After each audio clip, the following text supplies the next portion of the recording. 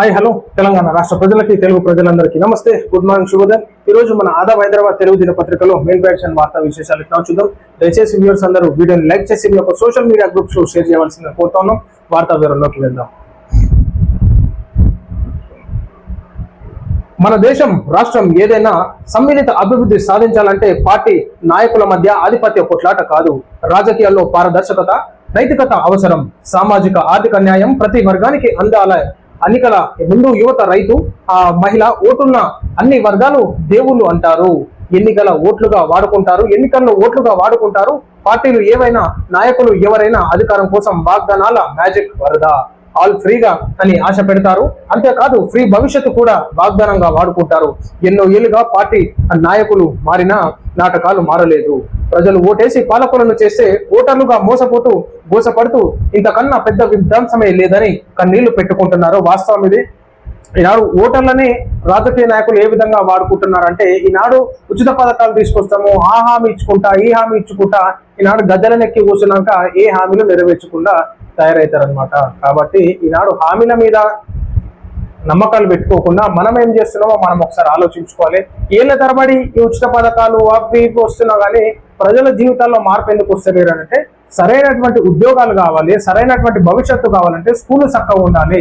School చక్కగా ఉంటే విద్యార్థులు మంచిగా చదువుకొని మంచి ఉద్యోగం వస్తుంది. కాబట్టి ఈనాడు ప్రభుత్వ పాఠశాలలు బాగలేక, విద్యార్థుల చదువు చక్కగా లేక, ఈనాడు ఉద్యోగాలు రాక కుటుంబంలో ఆర్థికంగా డెవలప్మెంట్ అయితే లేరు. ఇది రీజను. ఎందుకంటే కార్పొరేట్ స్కూళ్ళల్లో, ప్రైవేట్ స్కూళ్ళలో చదివించడం మంచిగా తెలివితేటలతో ఉద్యోగాలు కొట్టుకొస్తారు సాఫ్ట్వేర్ కంపెనీలలో. ఈనాడు ప్రభుత్వ పాఠశాలలో చదివిన వాళ్ళని చూపేది చాలా తక్కువ.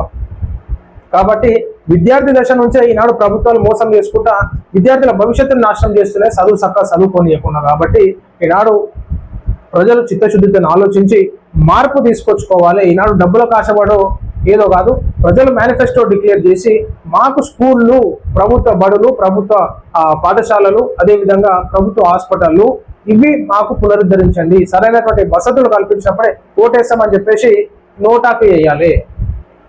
నోటాకు ఓటేసి ప్రజలు తెలంగాణ రాష్ట్ర వ్యాప్తంగా నిరసన తెలిపితే అప్పుడు నాయకులు ప్రజలకు మేనిఫెస్టో ఇచ్చారు, ప్రజలు నాయకులకు మేనిఫెస్టో ఇవ్వాలి.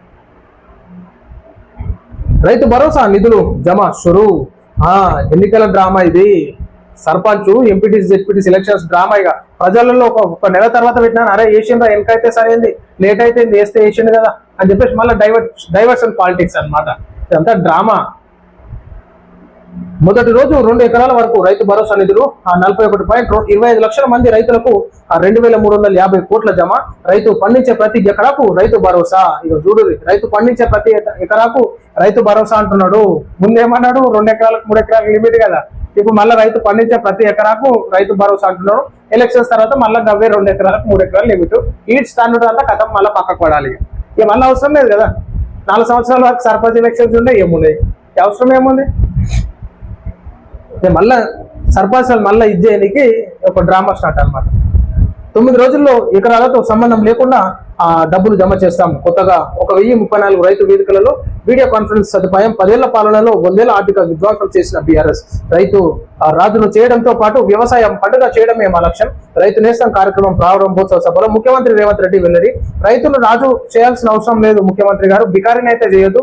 ఫస్ట్ అయితే రైతుకి ఏదైతే పంట నష్టం వాడిందో నష్టపరిహారం కట్టించండి.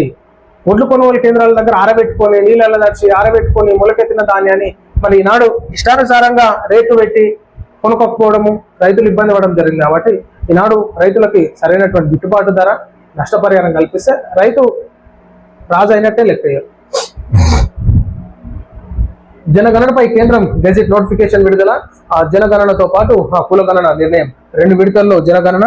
2026 అక్టోబర్ 1న ప్రారంభం కానున్న జనగణన 2027 మార్చి 1 నాటికి పూర్తి చేయాలనే లక్ష్యం. పూర్తిగా డిజిటల్ రూపంలో జనగణన. ప్రజలు స్వచ్ఛంద నమోదుకు వెసులుబాటు అన్నట్టు. వాస్తవానికి ఖచ్చితంగా ఈనాడు జనగణన కావాలి, కులగణన కావాలి, అప్పుడే ప్రజలకు న్యాయం జరుగుతుంది.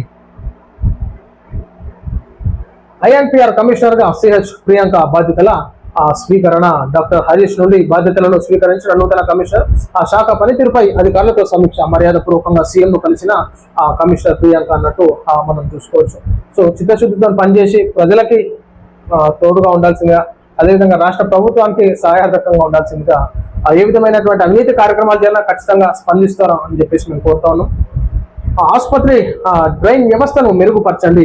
గాంధీ ఆసుపత్రిని పరిశీలించిన కేంద్ర మంత్రి కిషన్ రెడ్డి రోగులకు అందుతున్న వైద్య సేవలపై వైద్యుల ఖాళీలు సర్జరీల వివరాలను తెలుసుకున్న మంత్రి అన్నట్టు. ఒక్కరోజు కాదు కిషన్ రెడ్డి గారు, జర మీరు వస్తారని చెప్పేసి జర అంతా షోపుటప్ చేస్తూ ఉంటారు కానీ మామూలు టైంలలో వచ్చి ఒకసారి చూడదు ఎట్లుందో అక్కడ పరిస్థితులు. అక్కడ బయట మెడికల్ షాప్లు ఎందుకు ఏర్పాటు చేస్తారు సార్? అక్కడ ఇప్పుడు లోపల ప్రభుత్వం హాస్పిటల్ ఉంది, ప్రభుత్వం మెడిసిన్స్ అందిస్తారు, బయట మెడికల్ షాప్లు ఎందుకు? మళ్ళా జూలై 1న బల్కంపేట శ్రీ ఎల్లమ్మ కళ్యాణోత్సవం, అమ్మవారి కళ్యాణోత్సవం రథోత్సవం వైభవోపేతంగా నిర్వహించాలి. భక్తుల రద్దీ దృష్ట్యా పకడ్బందీ ఏర్పాట్లు చేయాలి. ప్రతి ఒక్కరికి అమ్మవారి దర్శనం భాగ్యం కలిగించేలా చూడాలి. కళ్యాణోత్సవం రథోత్సవం వేడుకలపై సమీక్షించిన మంత్రి పొన్నం ప్రభాకర్ జిహెచ్ఎంసీ కార్యాలయం ముందు కాదు కిషన్ రెడ్డి ఇంటి ముందు ధర్నాలు చేయాలి అన్నట్టు మన పొన్నం ప్రభాకర్ అన్న చెప్తున్నమాట. నిధులు ఏమి కావాలన్నా మనం ఈనాడు కేంద్రంలో బీజేపీని కాబట్టి పోయి కిషన్ రెడ్డి ఇంటి ముందు ధర్నా చేయాలి, లేదంటే బీజేపీ ఆఫీస్ ముందు ధర్నా చేయమంటున్నారు. రాష్ట్రం కోసం 100 సార్లైనా జైలుకు పోతా, విచారణ అత్యంత ఉత్కంఠ, అరెస్టు చేస్తారంటూ ప్రచారం. బీఆర్ఎస్ కార్యాలయానికి భారీగా తరలి వచ్చిన బీఆర్ఎస్ శ్రేణులు అడిగిన ప్రశ్నలే మళ్ళీ అడిగారు. ఇది నిజంగా లొట్టపీస్ కేసే అంటారు. మరి లొట్టపీస్ కేసుకు ఇన్నిసార్లు ఎందుకు విచారణ చేసిన అధికారులు? ఇంత డ్రామా ఎందుకు సార్? అరే ఆ ఫోన్లు పట్టుకరమ్మన్నట్టు ఏడుంటే ఫోన్లు నీళ్ళలో పడ్డది, బాయిలో పడ్డది, ఫోన్లు పోయినాయి అని చెప్తారు. ఇప్పుడు కుక్క దొంగలు పడ్డాం 6 నెలలకు కుక్కలు పొరిగినట్టు మీరు ఇప్పుడు ఆ ఫోన్లు పట్టుకుంటామంటే ఏడైతే చెప్పారు. నేడు ఏసీపీ ముందుకు టీపీసీసీ అధ్యక్షుడు ఫోన్ ట్యాపింగ్ కేసులో సాక్షిగా మహేష్ కుమార్ గౌడ్, కేసులో కీలకం కామున్న మహేష్ కుమార్ గౌడ్ వాంగ్మూలం. ఇప్పటికే పలువురిని విచారించిన ఏసీబీ అధికారులు. స్థానిక సంస్థల ఎన్నికల ప్రకటనలపై మహేష్ ఆగ్రహం. ఆ మంత్రులకు టీపీసీసీ చీఫ్ సున్నితమైన హెచ్చరిక అన్నట్టు మనం చూసి మరి ఏం చేస్తాడో మరి మహేష్ కుమార్ అన్న. రైతన్న నకిలీ విత్తనాలతో జాగ్రత్త, రైతులకు శాపంగా మారుతున్న నకిలీ విత్తనాలు, రైతులను నిండా ముంచుతున్న ఆ నకిలీ విత్తన మాఫియా అన్నట్టు. నకిలీ విత్తనాలు ఉంటే ప్రజల దగ్గర అరికట్టండి. ఈనాడు ఎవరైనా నకిలీ విత్తనాలు అమ్మితే పోలీస్ స్టేషన్లో గలవట్టుకొని పోయి పోలీస్ స్టేషన్లో అయ్యకూడదు అని చిప్పుడు కట్టతో కొట్టుకుంటారు. కేంద్ర మంత్రి పీయూష్ గోయల్ కు తప్పిన ప్రమాదం. ఆయన ప్రయాణించాల్సిన హెలికాప్టర్ లో సాంకేతిక సమస్య. ఈ ఏపీ పర్యటనలో ఉండగా తప్పిన ప్రమాదం. కృష్ణపట్నం పర్యటన రద్దు. డీజీపీ పూర్తి స్థాయి నివేదిక కోరిన ప్రభుత్వం అన్నట్టు. జాగ్రత్తగా ఉండరు ఈనాడు ఏరోప్లేన్స్, హెలికాప్టర్స్. మరి ఏమైతుందో టెక్నికల్ గా చాలా ప్రాబ్లమ్స్ వస్తూ ఉన్నాయి. మోడీకి సైప్రాన్ అత్యున్నత పురస్కారం.